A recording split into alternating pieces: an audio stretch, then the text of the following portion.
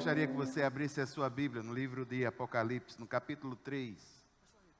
Hoje nós vamos dos versículos 1 a 6. Vamos ver a igreja de Sardes, avivamento ou morte.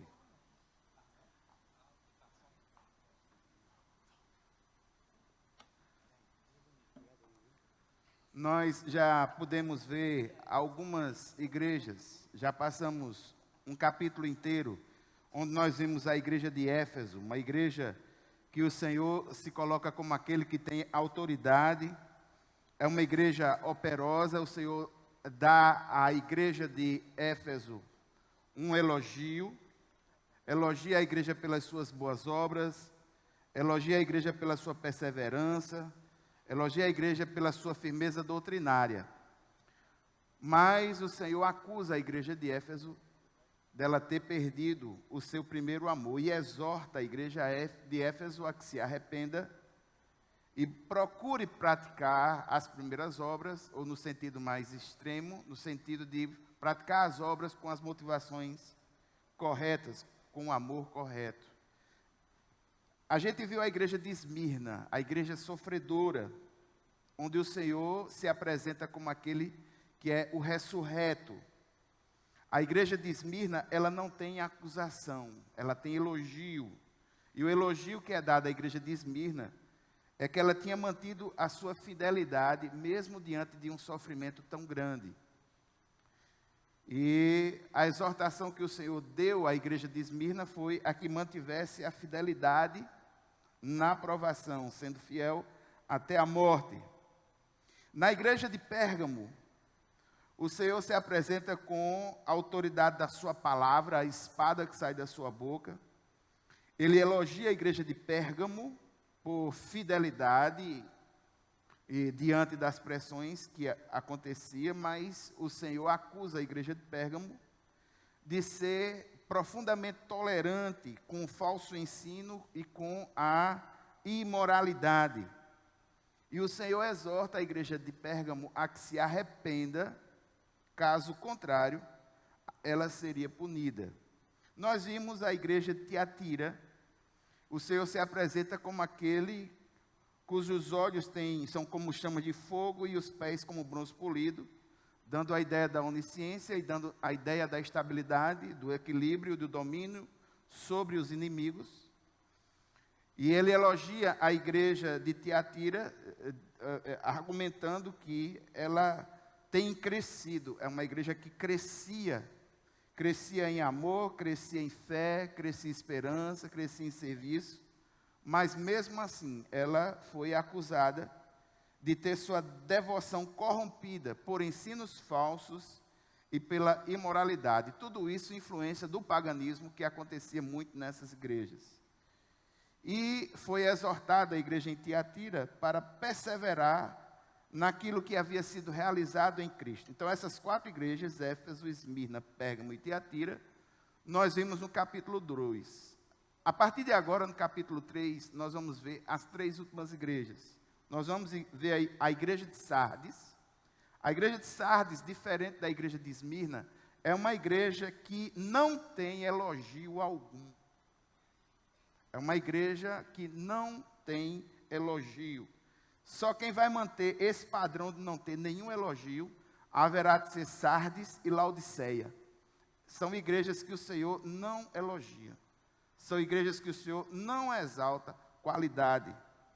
E no capítulo 3, nós vamos ver Sardes, Filadélfia e Laodiceia. E eu acredito que nós vamos precisar de uma quarta-feira para poder fechar todo esse ensino sobre a questão da igreja. Hoje nós vamos ver Sardes, e o texto diz assim: ao anjo da igreja em Sardes, escreva: essas são as palavras daquele que tem os 7 Espíritos de Deus e as 7 estrelas. Eu conheço as suas obras. Você tem fama de estar vivo, mas está morto. Esteja atento, fortaleça o que resta e que estava para morrer, pois não achei suas obras perfeitas aos olhos do meu Deus. Lembre-se, portanto, do que você recebeu e ouviu, Obedeça e arrependa-se.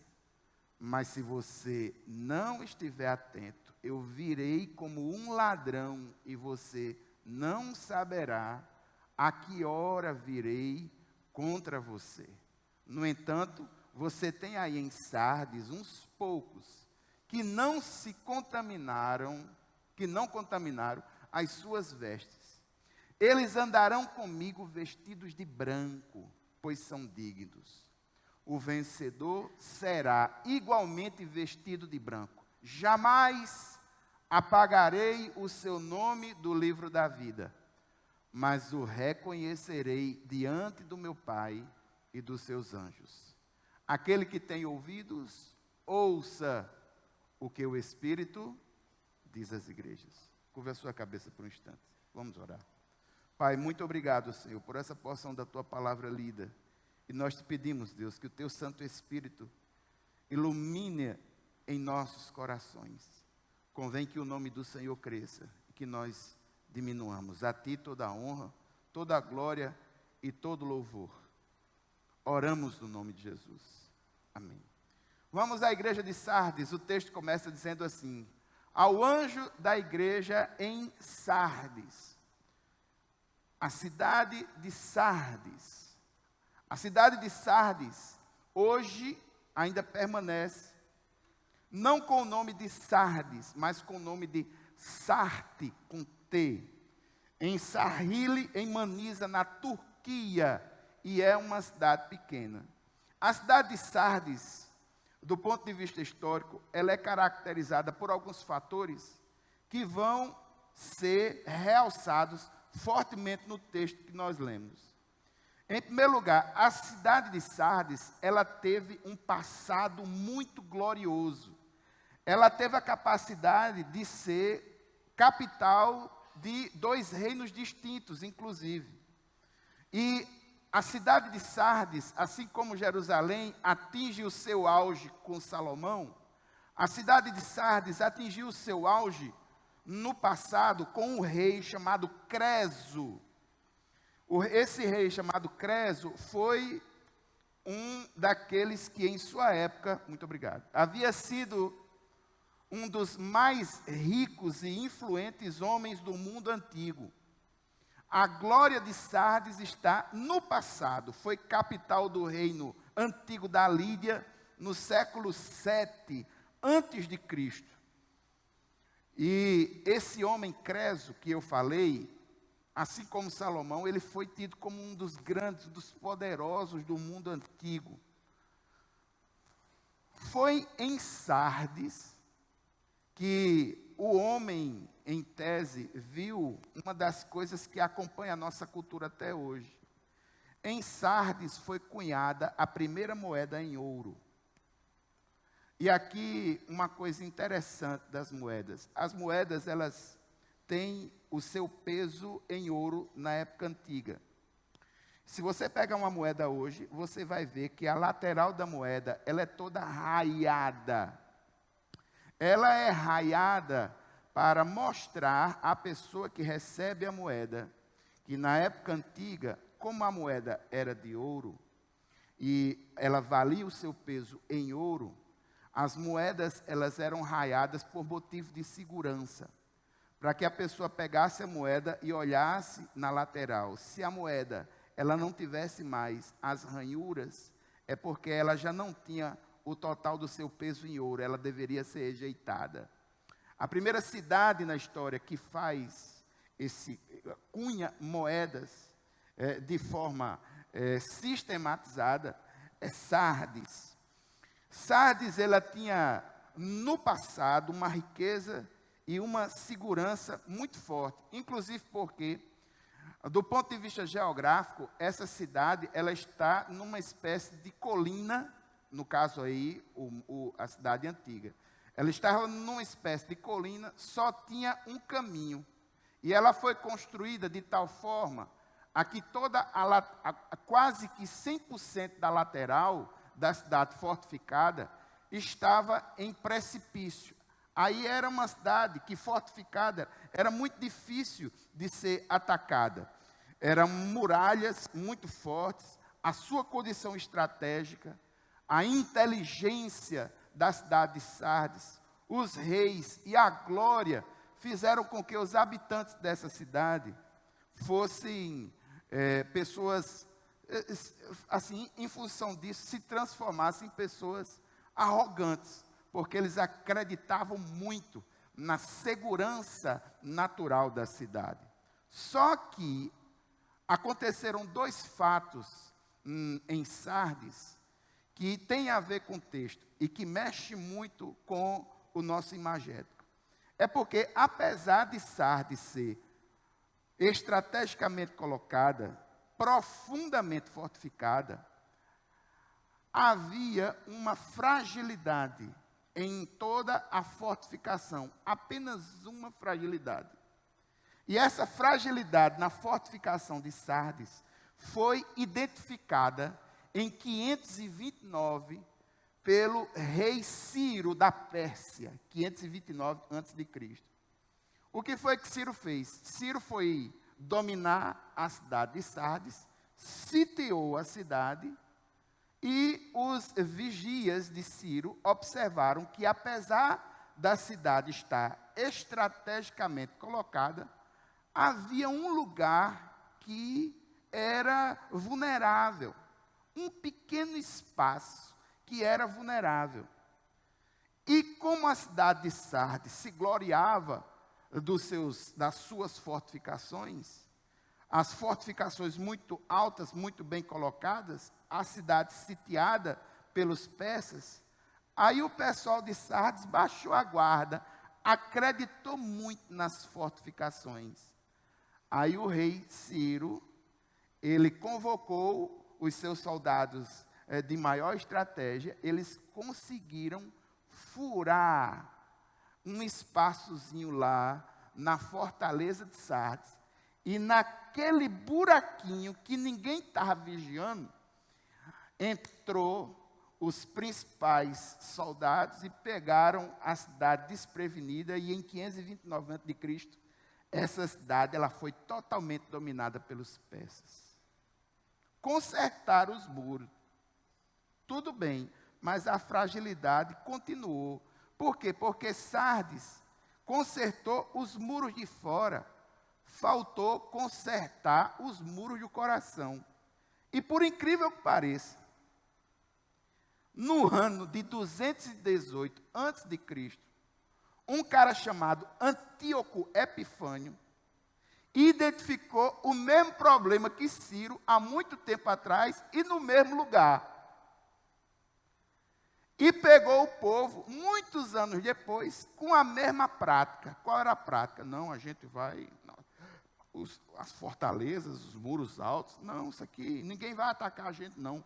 Fecha as portas, ninguém vai vigiar. Então, deixou do mesmo jeito. Resultado, a mesma estratégia de Ciro, em 218 a.C., Antíoco Epifânio utilizou.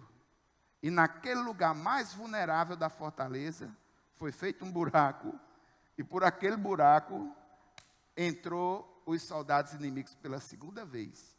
Só que agora, com Antíoco Epifânio, eles foram mais perversos e simplesmente arrasaram com a cidade de Sardes de um jeito que ela nunca mais teve a glória que teve do passado.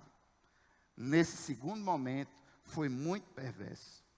O que é que distinguia Sardes? O que distinguia Sardes do ponto de vista econômico era que Sardes era detentor da tecnologia da tinturaria das roupas.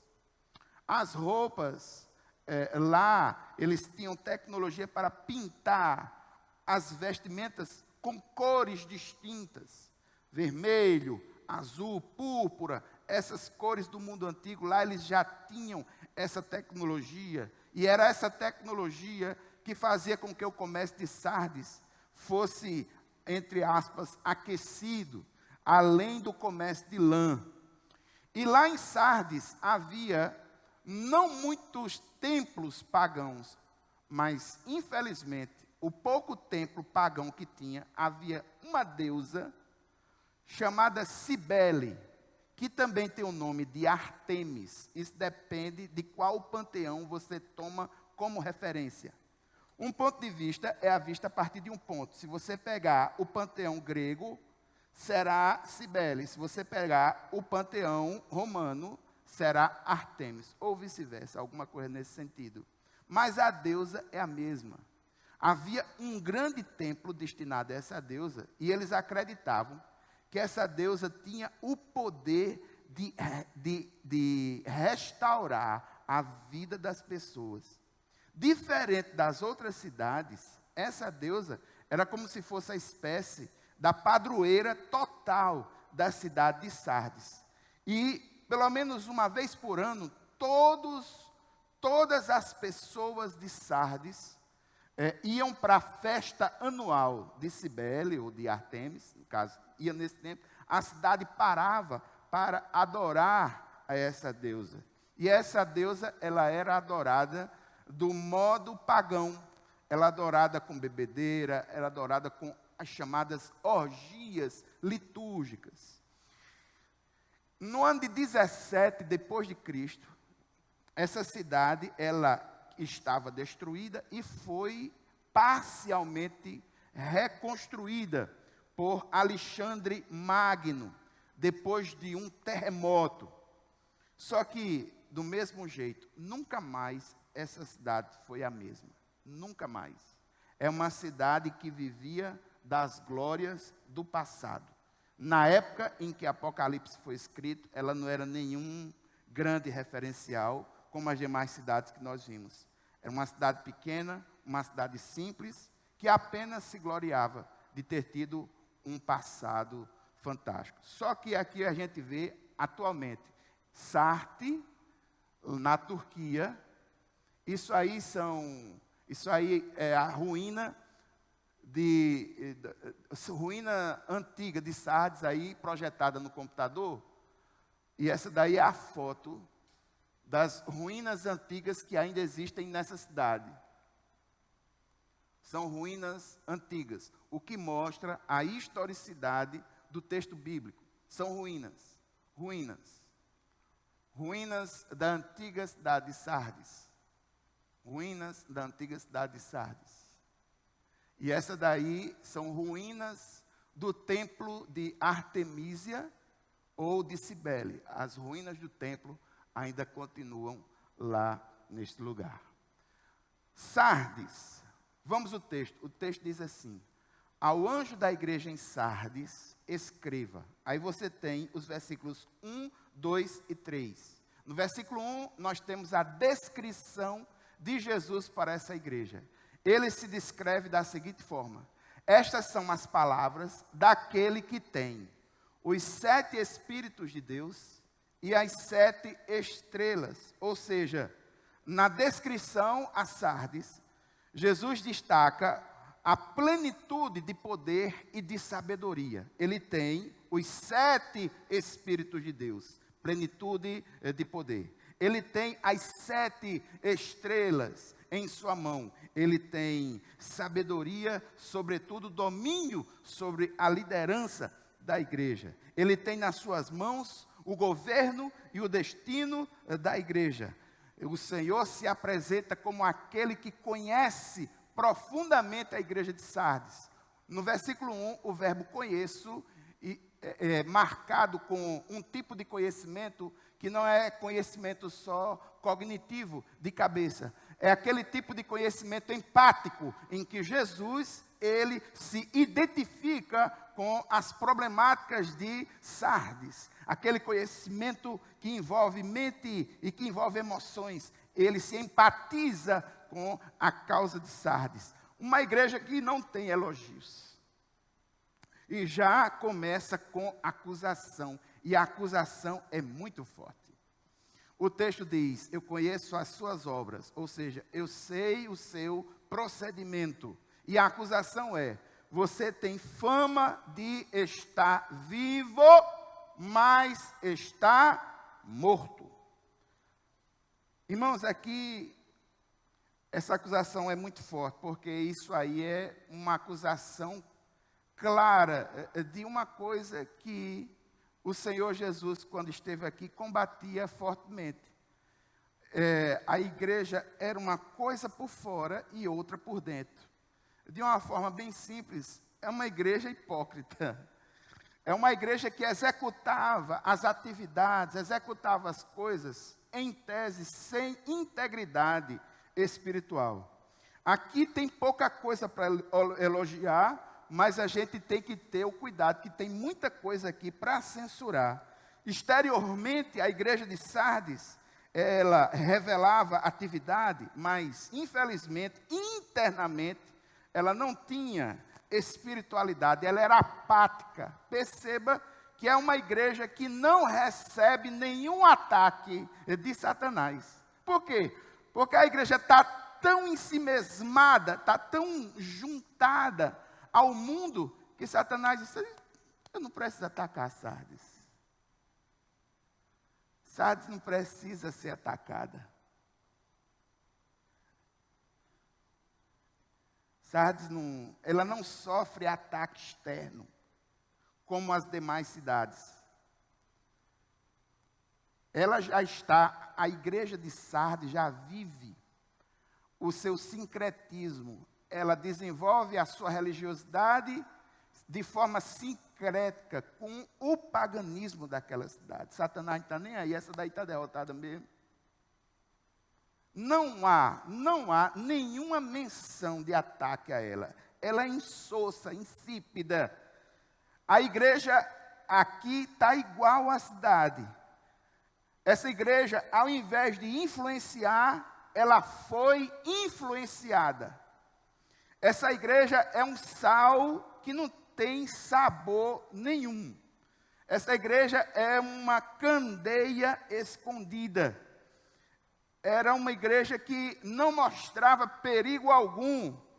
E eu acho que não era nem desejável para essa cidade. Tinha nome, tinha fama, perceba, mas não tinha vida. Tinha performance, mas não tinha integridade.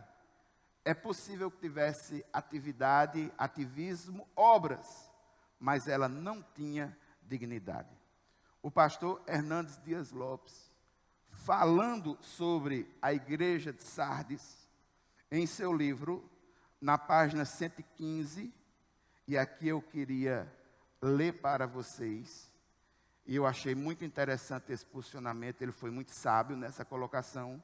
Ele diz o seguinte: uma atmosfera espiritual sintética substituía o Espírito Santo naquela igreja. Ela substituía a genuína experiência espiritual por algo simulado. A igreja estava caindo num torpor espiritual e era uma igreja que precisava de avivamento. A tendência natural do texto aí é levar a ideia de que a igreja está morta ou está morrendo. O primeiro passo para o reavivamento é ter consciência de que existem crentes mortos e de que existem outros que precisam ser despertados. Uma outra parte do texto, o doutor Hernandes Dias Lopes diz o seguinte: devemos olhar para esta carta, a carta de Sardes, não como uma relíquia, mas como um espelho em que muitas vezes nós podemos ver aspectos de nós mesmos. A igreja gozava de grande reputação, mas a sua reputação não trouxe influência real à igreja, à cidade. Hernandes Dias Lopes cita um outro autor, William Barclay, que é um dos grandes estudiosos do Novo Testamento, e ele diz o seguinte também: diz que a igreja de Sardes, ela não era molestada por ataques externos. Por quê? Porque a igreja de Sardes fazia as coisas, mas não tinha vitalidade espiritual. Então, Satanás observa e diz: não precisa atacar, não vale a pena ser atacada. O diabo não precisou perseguir essa igreja de fora para dentro. Por quê? Porque ela já estava sendo derrotada de dentro para fora pelos seus próprios pecados. Um teólogo chamado Adolf Pohl, ele diz que onde reina a morte pelo pecado, não há morte pelo martírio. Existe a igreja cujos cultos são solenes, mas parecem mais um caixão florido, onde dentro está um defunto. Eu achei também interessante uma ilustração que esse pastor trouxe, que identifica a realidade espiritual dessa igreja. É a história de um certo pastor que pastoreava uma igreja, um rebanho que havia se envolvido profundamente com o pecado, negligenciando a palavra, desobedecendo os preceitos de Deus. Aí ele chocou a congregação, dizendo o seguinte, que no outro domingo, ele haveria de fazer a cerimônia de sepultamento da igreja. Convocou todos os crentes da igreja para virem à cerimônia fúnebre do sepultamento da igreja. Aí você já viu, com a notícia dessa, no outro domingo, até quem não estava indo, ou quem ia de ano em ano, foi para a igreja estava lotada para assistir o sepultamento. E o pastor começou o culto, e na frente do púlpito havia um caixão. Um clima sombrio, as flores e o cheiro natural do velório, uma tristeza muito grande no ambiente. O culto teve liturgia fúnebre e a curiosidade misturada com medo tomou conta do coração de todo mundo. Depois do sermão, o pastor orientou os crentes a que fizessem uma fila para verem o defunto que haveria de ser enterrado. Cada pessoa que passava e olhava para dentro do caixão ficava extremamente comovida. E algumas pessoas saíram quebrantadas em lágrimas, chorando. A congregação inteira prorrompeu num choro fortíssimo. No fundo daquele caixão estava não um corpo morto, mas no fundo, dentro do caixão, havia um espelho. E cada crente daquela congregação, quando ia olhar para o morto, contemplava o seu próprio rosto. E todos entenderam a mensagem que o pastor queria trazer àquela igreja. Eles estavam dormindo o sono da morte e precisavam ser despertados para a vida verdadeira em Cristo Jesus. Esse é o nível espiritual que a gente consegue identificar através dos estudos bíblicos e extrabíblicos de Sardes. Veja aí uma coisa interessante. No versículo 2, o exortativo. Jesus diz a essa igreja morta: esteja atento, fortaleça o que resta. Preste atenção. Fortalecer o que resta e fortalecer aquilo que estava para morrer. E ele diz: eu não achei suas obras perfeitas aos olhos do meu Deus. Ele clama por atenção. Jesus diz: esteja atento. E ele orienta a igreja que aqueles que estão vivos espiritualmente sejam fortalecidos. Aí aqui vem o referencial da cidade com o texto. Por quê? Porque a deusa da cidade de Sardes era Cibele ou Artemis, conhecida por aquela que tinha o poder de ressuscitar e de trazer a vida novamente. Só que aqui, irmãos, ela não tem poder algum. Só o dono da vida é quem tem condições de reavivar a obra. Só Jesus é quem pode fazer isso. Estar vigilante e fortalecer aqueles que estão vivos. Essa igreja conhecia o Evangelho. Deveria ficar fiel e levar os que ainda não haviam se contaminado a buscarem fortalecer-se no Senhor. E ele dá aqui um aviso, e eu gostaria que você visse a gradação dos verbos que são utilizados no versículo 3, o que mostra estrategicamente a forma como essa igreja, ela deve vir à vida novamente. O texto diz assim: lembre-se, portanto, do que você recebeu e ouviu, obedeça e arrependa-se. Lembre-se do que você recebeu e ouviu. Ou seja, Jesus está fazendo alusão à palavra. O que você recebeu e ouviu, a palavra. O crer vem pelo ouvir, e o ouvir pela palavra. Lembre-se do que você recebeu, lembre-se do que você ouviu. E não é só receber e ouvirmos. O outro verbo diz obedeça. É receber, ouvir e se comprometer com os desígnios da palavra, com aquilo que a palavra diz. A figura de compromisso. E por último, a questão fundamental para todo avivamento espiritual. Arrependa-se. Arrependa-se. Olhe para o seu irmão lá, diga assim: vigia, vaso. Arrependa-se. É necessário mudar.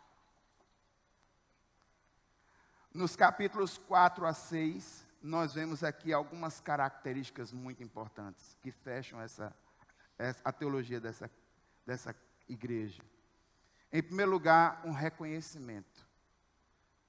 Por incrível que pareça, apesar dessa igreja não receber elogio algum pelo seu trabalho, ainda assim haviam pessoas lá, os remanescentes, que não tinham se contaminado com a situação que Sardes vivia. E o texto diz no versículo 4: no entanto, você tem aí em Sardes uns poucos que não se contaminaram, ou que não contaminaram as suas vestes.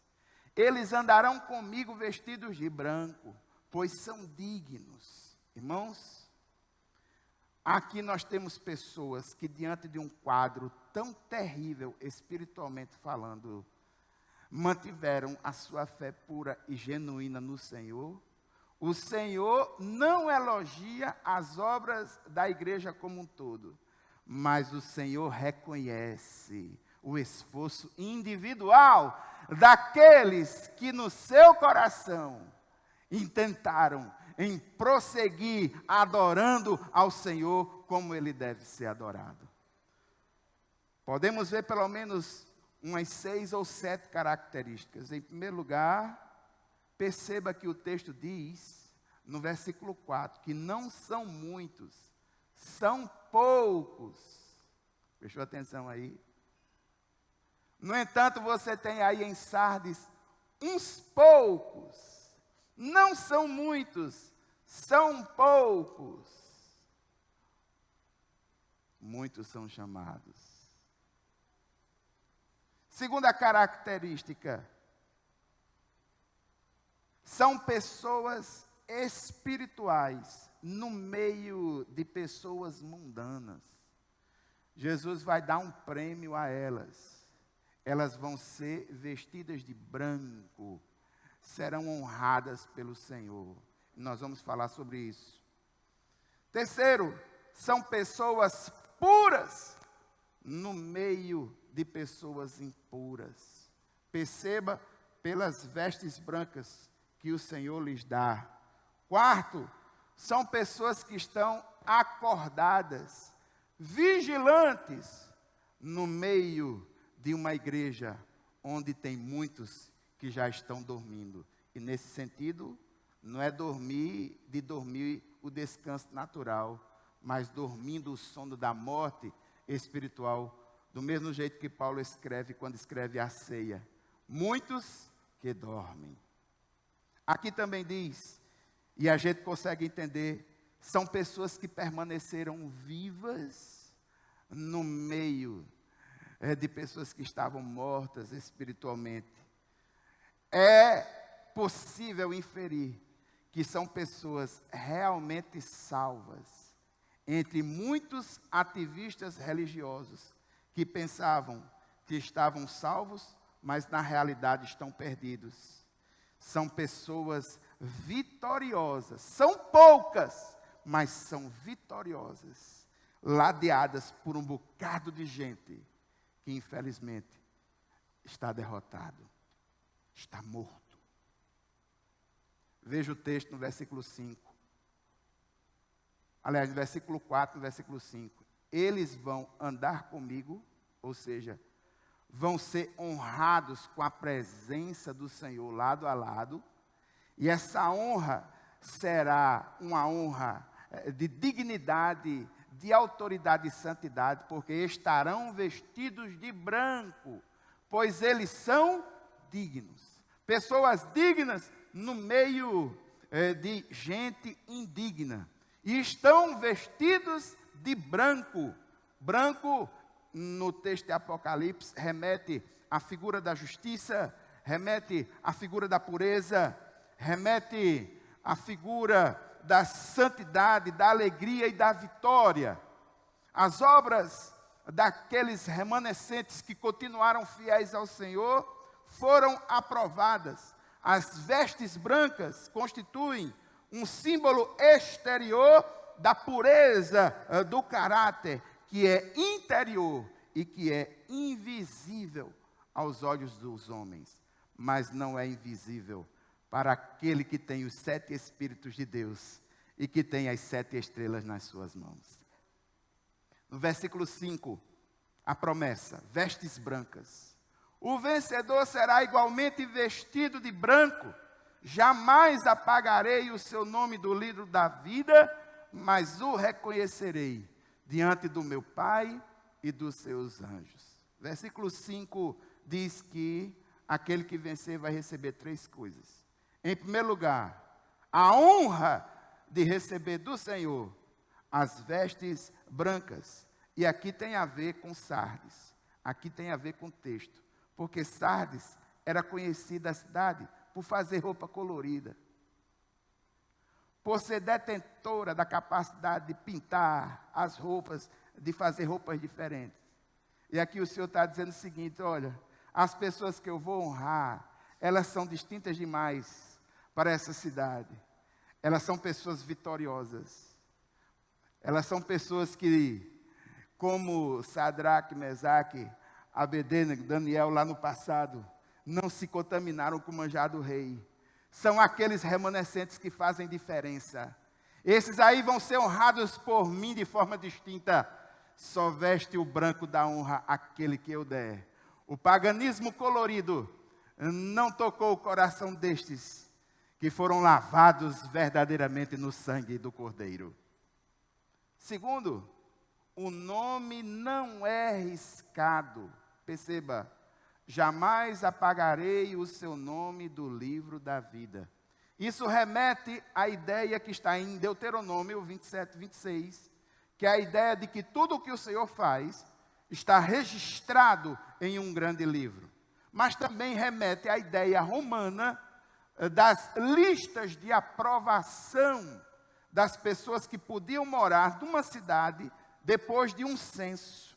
Então, todas as cidades tinham censo. E as pessoas habitavam nas cidades, aquelas que haviam sido denominadas ou alistadas nos rolos do censo da cidade. Aqui vale entender que esse vitorioso recebe a aprovação do Senhor. O nome dele não é riscado da memória do Senhor. E por último, um verdadeiro reconhecimento. Sabe quem é que dá o verdadeiro reconhecimento? Não é o IML, irmãos, quando chega um corpo morto lá e as pessoas vão para reconhecer. O verdadeiro reconhecimento, quem dá é o Senhor, quando identifica aquele que foi resgatado por Ele, pelo seu amor, pela sua graça, através do seu sangue. Ele diz o texto aí: eu o reconhecerei diante do meu Pai e dos seus anjos. E aqui eu gostaria de fazer, os irmãos sabem de tudo isso, eu só quero relembrar aspectos daquilo que a gente chama da proclamação do Evangelho, do chamado plano da salvação. Eu quero lembrar aos irmãos, que no livro de Romanos, no capítulo 3, no versículo 23, o texto diz lá que todos pecaram e destituídos estão da glória de Deus. Todo mundo, irmãos, todos pecaram. Pense na pessoa mais virtuosa que você já encontrou na sua vida, viva, que come feijão e farinha. Pode ter certeza, pecou. Esse aqui que está falando com vocês, pecador quanto mais. Pastor, não tem ninguém, meu irmão. Todo mundo é pecador. Todos pecaram. Todos carecem da graça do Senhor. Todos carecem de Deus. O pecado, Isaías diz, que é aquilo que faz separação entre nós e Deus. E no livro de Romanos, no capítulo 6, no versículo 23, lá diz algo sobre o pecado. O salário do pecado é a morte. Irmãos, me perdoe a total franqueza. Sabe por que é que a igreja contemporânea, ela não tem sido avivada em muitos aspectos da sua prática? Porque nós estamos gostando dos prazeres do mundo contemporâneo. A realidade é essa.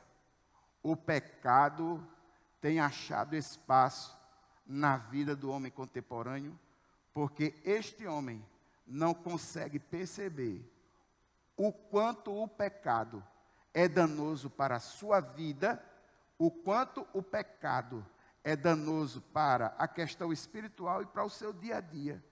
Irmãos, o pecado está diretamente ligado à morte.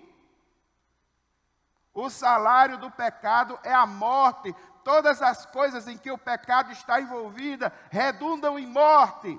Não é à toa que Salomão diz que há caminhos que ao homem parece ser bom, mas o seu fim são caminhos de morte. Tudo aquilo que toca o pecado, o que o pecado consegue atacar, morre. O pecado paralisa.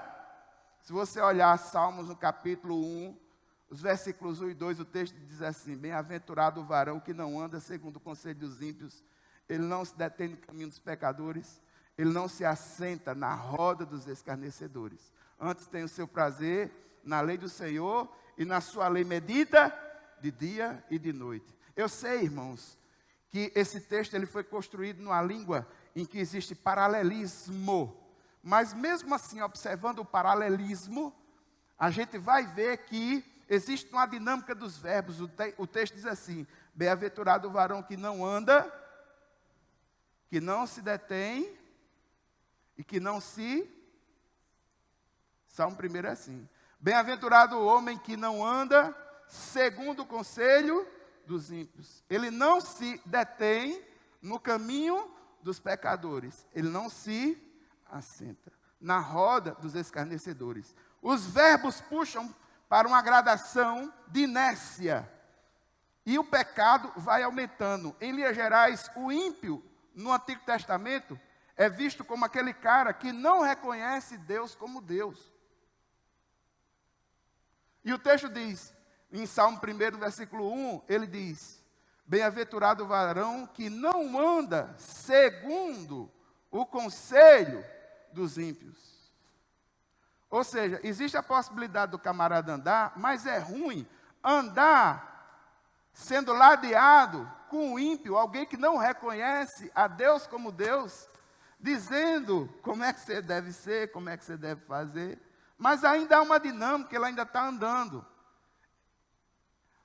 Mas só que o texto bíblico, o Antigo Testamento, nos mostra também que o segundo passo, o pecador é aquele cara que além de ímpio, né, ele não reconhece Deus como Deus, ele como pecador é aquele cara que tem prazer em pecar. Porque o cara pode não reconhecer Deus como Deus e não ter prazer em pecar. Mas o pecador, quanto mais, é aquele tipo de pecador que não reconhece Deus como Deus e que tem gosto no pecado. O que é que acontece com a dinâmica do virtuoso do Salmo 1? Veja, bem-aventurado o varão que não anda segundo o conselho dos ímpios, ele não se... Quanto mais pecado, quanto mais coisa pecaminosa a gente vai interagindo, mais o pecado vai nos paralisando, percebe?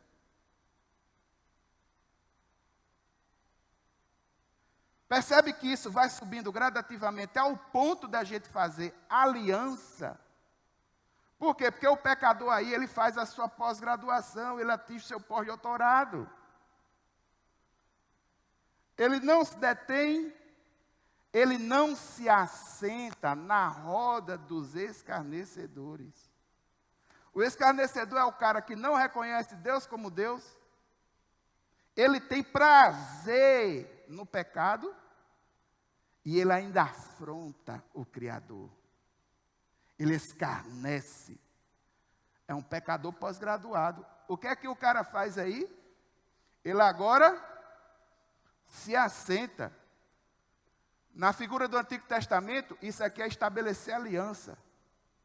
Quando você se senta, estabelece aliança. Estabeleceu aliança com o pecado.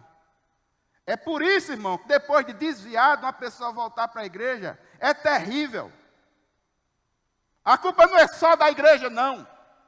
A culpa também está nas pressões espirituais que estão sobre essa pessoa. Que interagiu, que brincou com o pecado, pensando que pode dominá-lo. Não existe zona franca para o pecado. Ou você vive pelo Espírito, ou você vive pela carne. Não tem ou um ou outro. Não há meio termo. Não tem uma linha onde você possa fazer o pé e estar ou de um lado ou do outro. Ou você é nova criatura guiada pelo Espírito Santo de Deus, ou você tem vivido a sua vida de forma carnal e você mesmo tem assumido o trono e a direção do seu viver. É simples assim. Quando nós queremos vencer o pecado, nós corremos para os braços do Pai. A gente não corre para a zona franca não, porque não tem. Não existe. Ou a entrega é total e a pessoa é nova criatura e dá margem no seu viver a que o Espírito Santo de Deus trabalhe a sua vida, ou ela vai viver como um crente mundano, que é aquele tipo que reconhece o Senhor cognitivamente, mas as suas práticas de vida são práticas mundanas. Reconhece o Senhor aqui na inteligência, mas na prática é um ateu, confesso e crasso. Era assim que muitos viviam em Sardes. Tinha aparência de quem estava vivo, mas estava morto. E aqui a fórmula final. Aquele que tem ouvidos, ouça o que o Espírito Santo diz às igrejas. Irmãos, eu gostaria de ressaltar algumas verdades espirituais para nós hoje. Em primeiro lugar, a necessidade constante de buscarmos um reavivamento da parte de Deus. Você pode dar um amém a isso? Meus irmãos, começar as coisas às vezes é muito fácil, difícil é manter.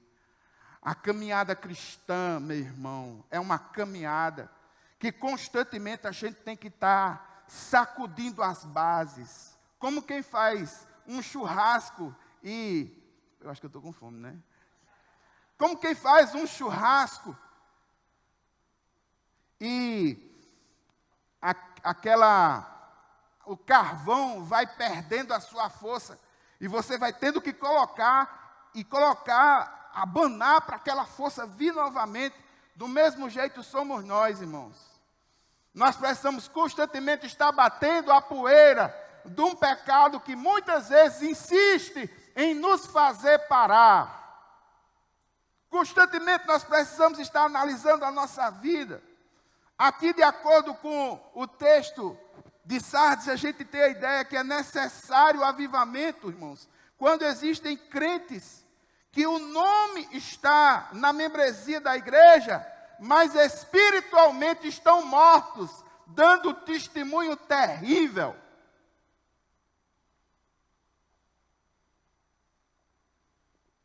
Na realidade, dando um testemunho. A boca fala aquilo que o coração está cheio. Os posts do Facebook também falam aquilo que o coração está cheio. Existem muitos posts que são terríveis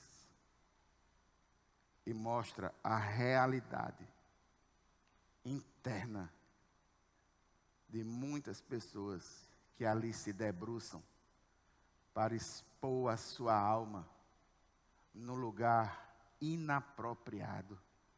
Nós precisamos colocar nossa alma diante do Senhor e clamar por misericórdia e graça da parte dEle. Irmãos, é necessário um avivamento, sabe por quê? Porque existem muitas pessoas que vivem nas igrejas, mas na realidade, se fosse classificar, é possível que elas estejam numa espécie de UTI espiritual. Vem porque faz parte da rotina. Quando chega no dia tal, eu tenho que ir, está aqui.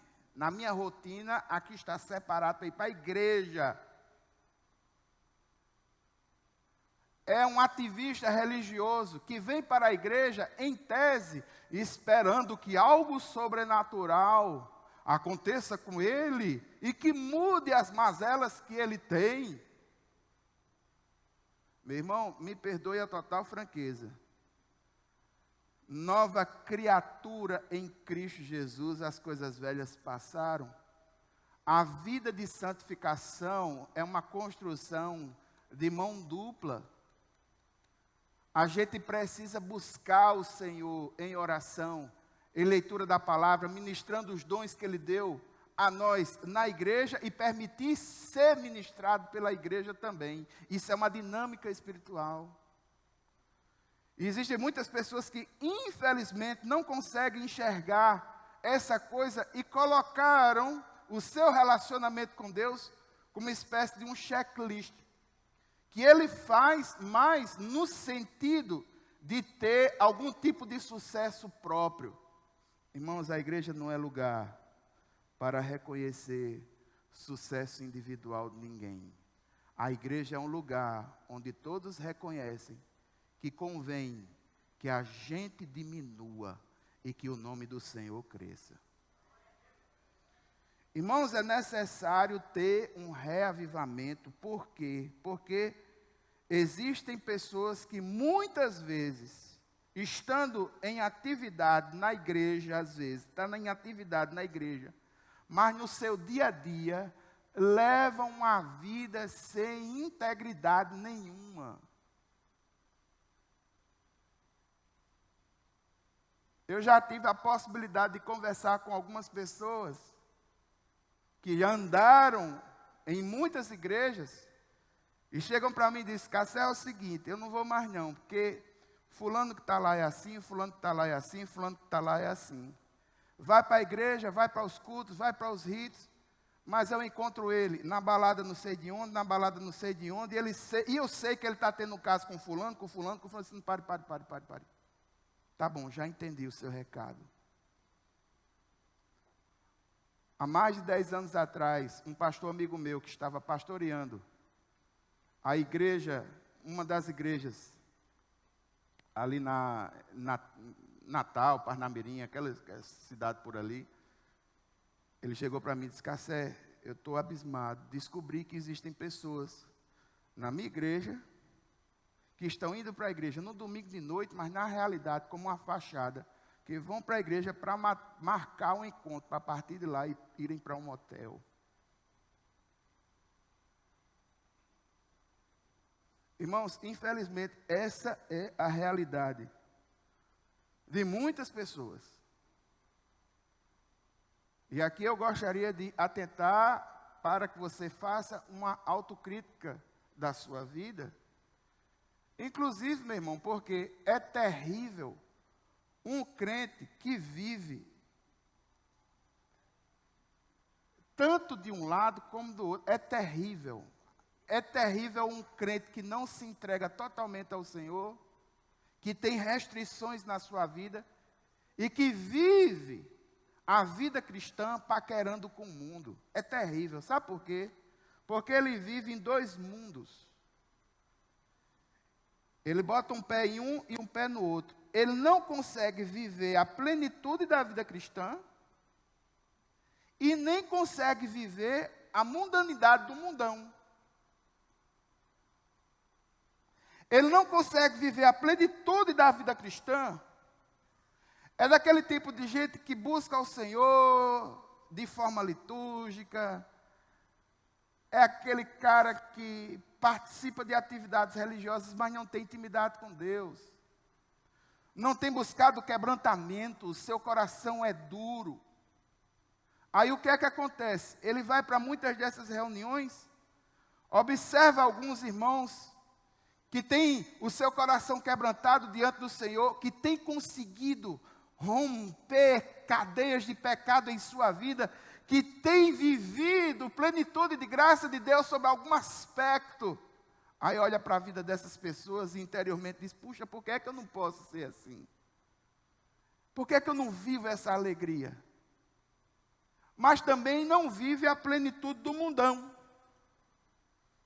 E o que é pior, aqui leva uma máscara de santidade, que é levada com os seus próprios esforços. E toda pessoa que vive de máscara, ela tem uma forte propensão a mais dia ou menos dia não suportar mais o peso da máscara e cair. Tem um pastor colega meu que ele disse que é os crentes caixa preta. Rapaz, estou sentindo falta de fulano. Cadê fulano? Falei, sei não, era tão ativo, era tão assim, era tão assado. Não, rapaz, ele teve um caso aí, aconteceu isso, aconteceu aquilo, resultado. Está com a vida toda destroçada, está com a vida toda acabada. E o que é pior, a gente só vem saber de muitas coisas que aconteceram com a vida dele depois que caiu. Está lá embaixo. Caixa preta por quê? Porque a caixa preta do avião, quando cai, lá tem as informações, né? E tem muitos que a gente só sabe que está numa derrocada espiritual assim, depois que cai.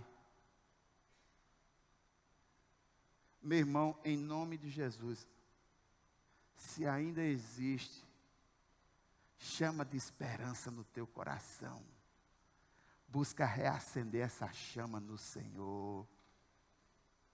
Não permita que isso aconteça com você. E aqui, irmãos, nesse texto que nós lemos, nós temos imperativos de Deus para um avivamento verdadeiro. Em primeiro lugar, meu irmão, tem a ver com a palavra. O avivamento tem a ver com a palavra. Todas as coisas que são regradas, ou que acontecem num verdadeiro avivamento, se você fizer um estudo bíblico e extra-bíblico de todos os movimentos de avivamento que aconteceram até hoje na humanidade, todos eles passaram pela palavra. Segundo, todos eles passaram pela vigilância. Sardes, a cidade de Sardes caiu porque eles não vigiaram, acreditaram muito nos muros que tinham. Meu irmão, não baixe a guarda não. Levante sua guarda e vigie.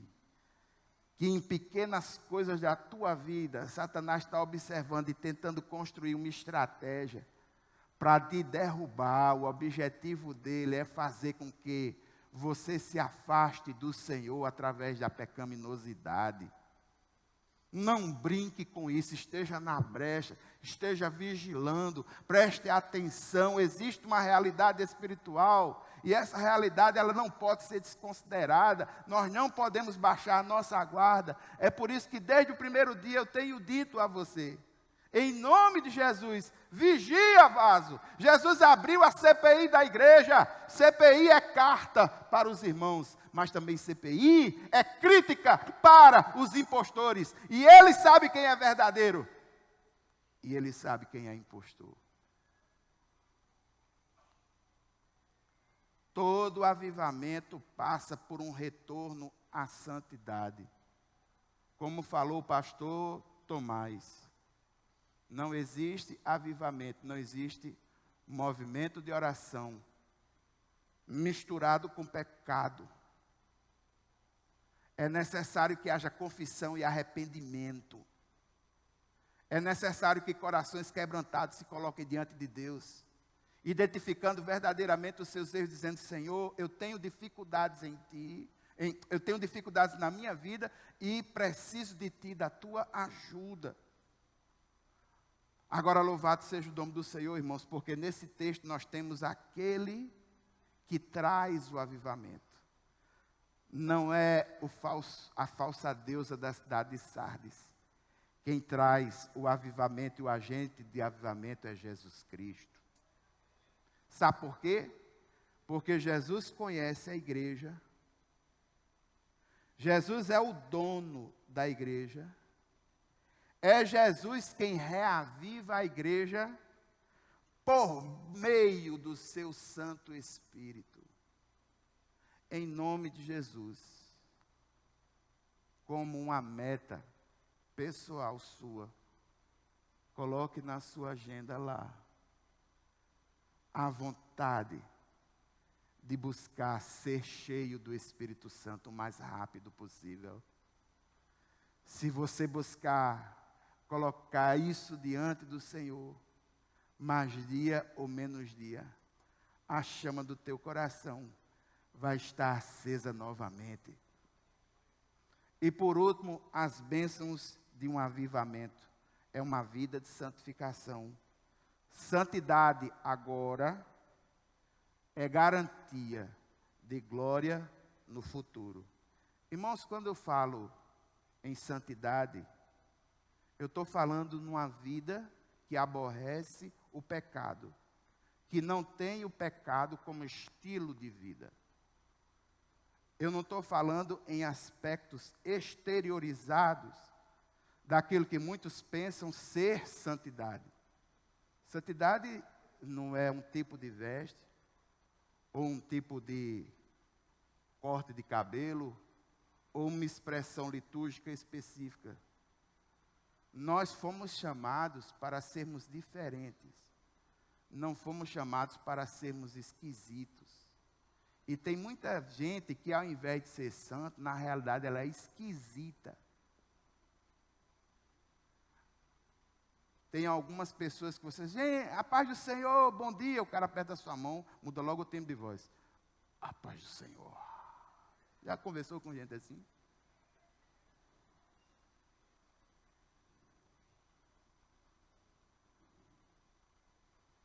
Meu irmão, como é que está a tua vida? Você está bem e tal? Sua família? Estou só na graça, na unção do Senhor.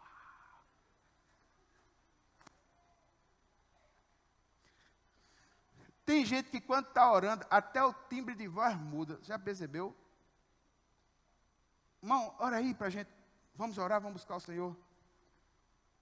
Senhor, no genuflexo da tua presença, encontro-me por suficiente diante da tua magnificência. Só blá blá. Tem gente que vomita um bocado de texto bíblico assim, tan tan tan tan tan tan tan tan. Mas do jeito que vomita texto bíblico, vomita um bocado de palavra agressiva para vizinho, um bocado de palavra terrível no trânsito. Tem gente que adora a Deus dentro da igreja, levanta as mãos, adorar o Senhor. Mas no dia a dia da vida, meu irmão, não corresponde com atitude à vocação daquele Deus que chamou para a santa e viva vocação dele, chamado dele, que é a salvação. Não tem como correr, tem que ser nova criatura. E nós precisamos de Deus, meu irmão. Nós precisamos do Senhor nessa batalha, porque é uma batalha, e é constante, e é direto. Nós não podemos baixar a nossa guarda, precisamos do Senhor.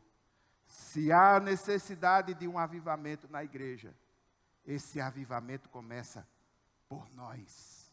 Se há uma necessidade de avivamento na família, esse avivamento passa por nós.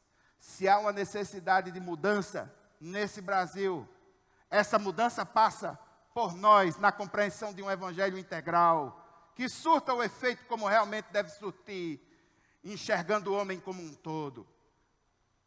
E é nesse sentido, irmãos, que eu gostaria de me unir com os irmãos para continuar a temática do aniversário da igreja.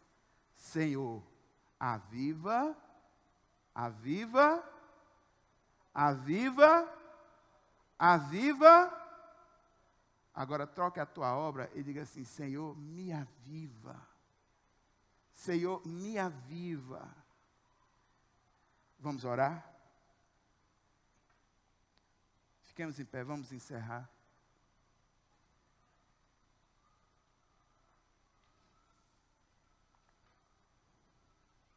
Pai eterno e santo, Deus poderoso, nesse momento, Senhor, antes de qualquer coisa, nós queremos dizer que nós te amamos e que louvado e engrandecido seja o teu santo nome. Meu Deus, meu Pai, eu quero te pedir, Senhor, no nome de Jesus, que o Senhor reavive a tua igreja e reavive a família e reavive a cada um de nós. E neste sentido, Pai, nós te pedimos perdão, Senhor, quando somos omissos em te buscar, quando somos omissos convivendo com a mundanidade, permitindo esse sincretismo com a nossa alma. Meu Deus, meu Pai, nós nos arrependemos, Senhor. E nós te pedimos, Deus, que o teu Santo Espírito nos visite, nos traga a realidade. E aquilo que há de morto, espiritualmente falando, em nossas vidas, Senhor, em nome de Jesus, reaviva. Reaviva, Senhor, a nossa fé. Sem fé é impossível te adorar. Sem fé é impossível te seguir. Senhor, reaviva o nosso amor. Assim, Pai, como foi na prerrogativa de Éfeso. Senhor, que nós possamos ter o nosso primeiro amor reavivado. Que nós tenhamos a alegria de te buscar. Senhor, nos dá sede de ti, Pai. Senhor, reaviva a nossa esperança. E toda sorte de ansiedade caia por terra dos nossos corações. Pai eterno, muito obrigado, Senhor, pois Tu és o Deus do avivamento. E nós queremos dizer, seja feita conforme a Tua vontade. Mas como igreja do Senhor, nesse momento nós dizemos, Pai, como nós gostaríamos de ver um avivamento, a começar por nós. Senhor, nos reaviva, nos reanima, nos reforça, retira aquilo que não serve. Senhor, que o sopro do Teu Santo Espírito reaqueça novamente essa chama no nosso coração. Que nós possamos, Senhor, ter prazer em vir à Tua casa para Te adorar, ter prazer em ler a palavra, ter prazer, Senhor, em Te buscar numa vida de oração, ter prazer, Senhor, em ministrar com os dons que o Senhor nos deu, ter prazer, Senhor, em fazer da realidade do Evangelho uma realidade, algo real mesmo, a começar por nós, Pai. Pai eterno e santo, nós oramos no nome de a graça do Senhor Jesus Cristo, o amor de Deus, a comunhão e as consolações do Espírito Santo seja sobre cada um de nós, hoje